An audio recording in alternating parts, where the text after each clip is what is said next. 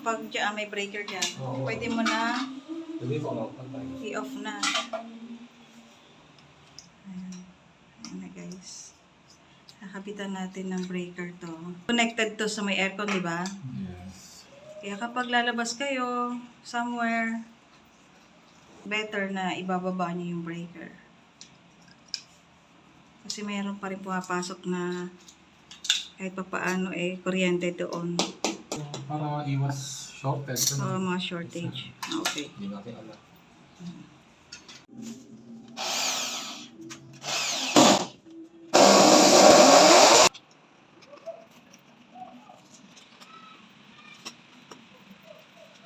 Ito yung galing Meralco, ikakabit sa line in. Tapos yung baba, papunta lang sa meter. Ayun. Ganun pala yan. Kaya sa load, parang gano'n. Okay. And then, And then, batasan natin dito. Kasi dyan papasok yung wire. mga cords, wire. So, para maganda siya. Hindi pasukin ng mga alikabok at insekto, no? Oo, tama. Mga kagaya ng mga ano, no, butiki rin, no? Yes. Tapos kapit nyo na yung sakto. Hindi nakausli. Ayan. Tapos, may kaka po wala kayong maganda flies. Para ma-open lang yan. Balat mo siyang ganyan. Hindi na lang yan. Maganda ko na ito na. Iwan na. Yan lang. Ayan. Gaya ko yung konti. Ayan, kapit. Ano nga gawin? Itutusok dyan. Tusok dyan pataas. Pag ganun po. Ano. Tayo. Ayan. Luwagan mo yung screw doon. Pagkaluwag, tusok mo na rin. Pag lumuwag na, tsaka na itusok yan. Oo, yan. Di na mo lang. Hanggang kaya lang kami. Malinan mo pag hindi mulos yan. Make sure na may pita pagkaka. Pwede mo naman. Para hindi natatanggal. Pwede mo naman kasi dito para kalalapan. Pwede. Yakap na yakap yung pinaka-gargan. Kaya mo din. Kung hindi na kaya. License by USA po yan. Ito po yung likod niyan. Diyan nyo po yung wall mount. Saka itong isa, bubutasan nyo to sa tornilyuhan. Okay. Kasi yan po yung butas.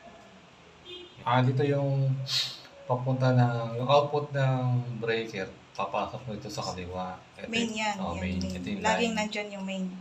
Left to right tayo. So ito yung line ng output ng breaker. Papasok naman sa in ng submeter. Yung out niya nasa kanan. Yung load papuntang aircon. Ayun. Ang importante dito yung main galing sa Meralco. Meralco, sa breaker. Na po guys, nagko-connect na tayo ng wire. Connect natin yung wire from breaker. Tapos papunta naman dun sa submeter. Main yan, di ba, Deng? Main. So, connect mo yan dun sa left side. Para sa main. And then, itong gawing kanan naman natin, yan naman yung sa mga loads. So, ito, nilagay lang natin itong submeter na ito. Ang purpose, mabukod lang yung konsumo ni aircon para makontrol din natin yung gamit natin. Makikita natin kagad kung nakarami na tayo, di ba?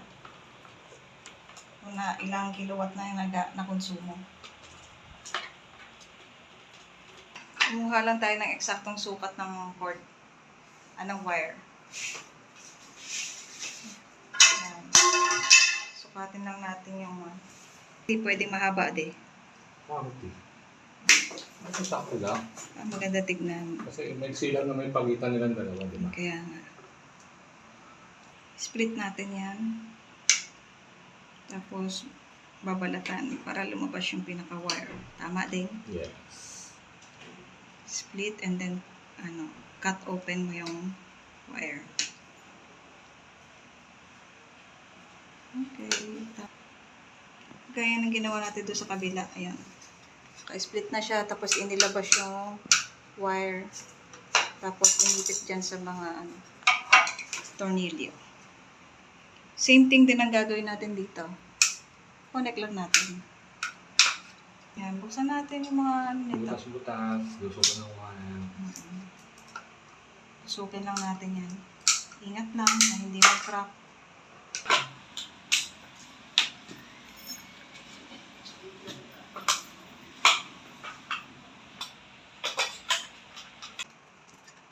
Ayan na.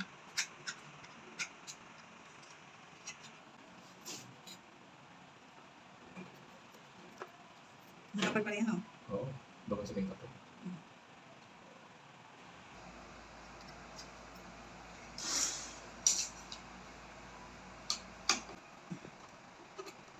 Huwag naman natin yung tuloy para ikot natin yung wire.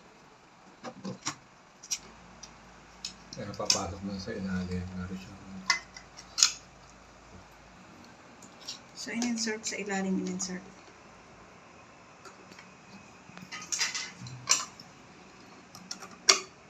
Tapos, i-tighten na ulit yung ano, Wait lang. tornilyo. Sakto lang ba ito? Okay lang, sakto. Ay, So, higpitan mabuti.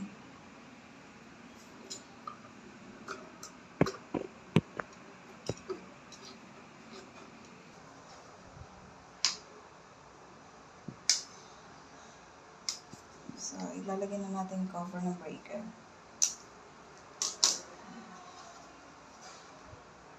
Yan naman, ito, balik natin yan. Support yan para sa mga cords. Tubit lang natin mga screw para hindi gumiwalay.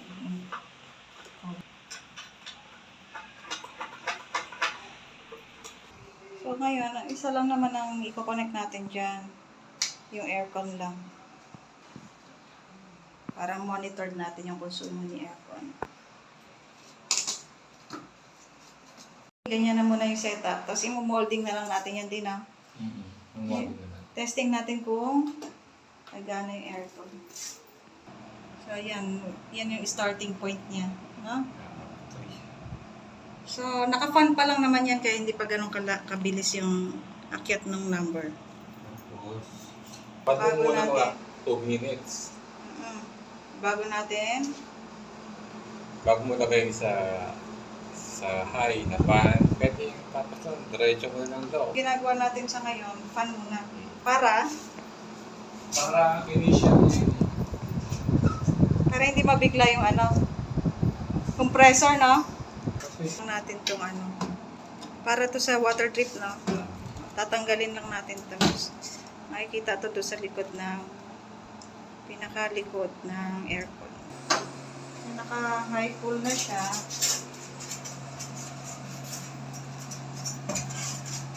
Yun, nagbiblink na di. Yan, ganyan na siya kabilis mag-blink. Kasi naka-cool na yung air, ano niya. guys, ang aircon natin is 0.6, Yes. 0.5, Yes. 0.6 liters. So, wala siyang timer. Mm-mm. Nakatulugan mo, malaki na yung billing mo kasi diretso. Mm-mm. So, bumili kami ng Panther na brand. Mm-mm. Aircon to pan timer. Ibig sabihin, kung nag-shutdown yung aircon, bubukas yung pan. So ngayon, makita mo yung arrow, counterclockwise yan. Itong B pala, ibig sabihin ng B, kaya continuous operation yan. Nung ano, aircon. Ang aircon sabihin, kung ayaw mong timer, mag-B ka lang. Ah, So steady ka doon. So, ang ikot niyan pa counterclockwise, di pwedeng pa ganon. So magsisimula ka sa 8. pababa. So meron din siyang power, on off, para sure. Tapos delay. Yan, nag-run out. Magde-delay muna siya ng 5 minutes ata pa o 6 minutes. So pwede mo rin i-bypass, pindutin mo lang. Para, So, para pumasok gumana na ulit yung yung kuryente. kuryente. Counterclockwise ang pag-adjust. Oo. Okay. Muna. Boom. Nililigyan mo pa. Tapos ito, so off nyo muna siya. Ayan, off muna. Bago isaksak yung Yung aircon. para ano, Okay. hindi magulat Oo. yung pagpasok ng kuryente. Ayan. Hindi mabigla. Yes, correct. Okay, then, i-turn on na natin. Ano natin? Okay, Naka-delay turn on. siya kung napapasin mo. Oo. Kasi yung function niya kaya nag-run out, Hindi. biglang sumindi yung kuryente, hindi siya dediretso sa aircon agad kasi naka-on yung aircon mo eh. Automatic naka-on yan, di ba?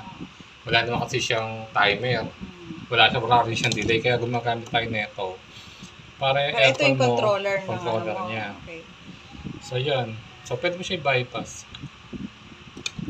Yan. So, yun. Pwede ka na mag-set. Pag ano, yari, gusto mo, 5 hours na. So, yun. 5 hours siya ikot.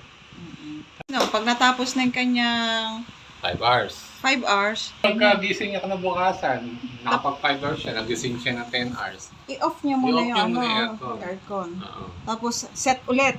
Kung ilang oras ulit niya gusto buksan. Siguro, ano na, pag gagamitin niya ulit, di ba?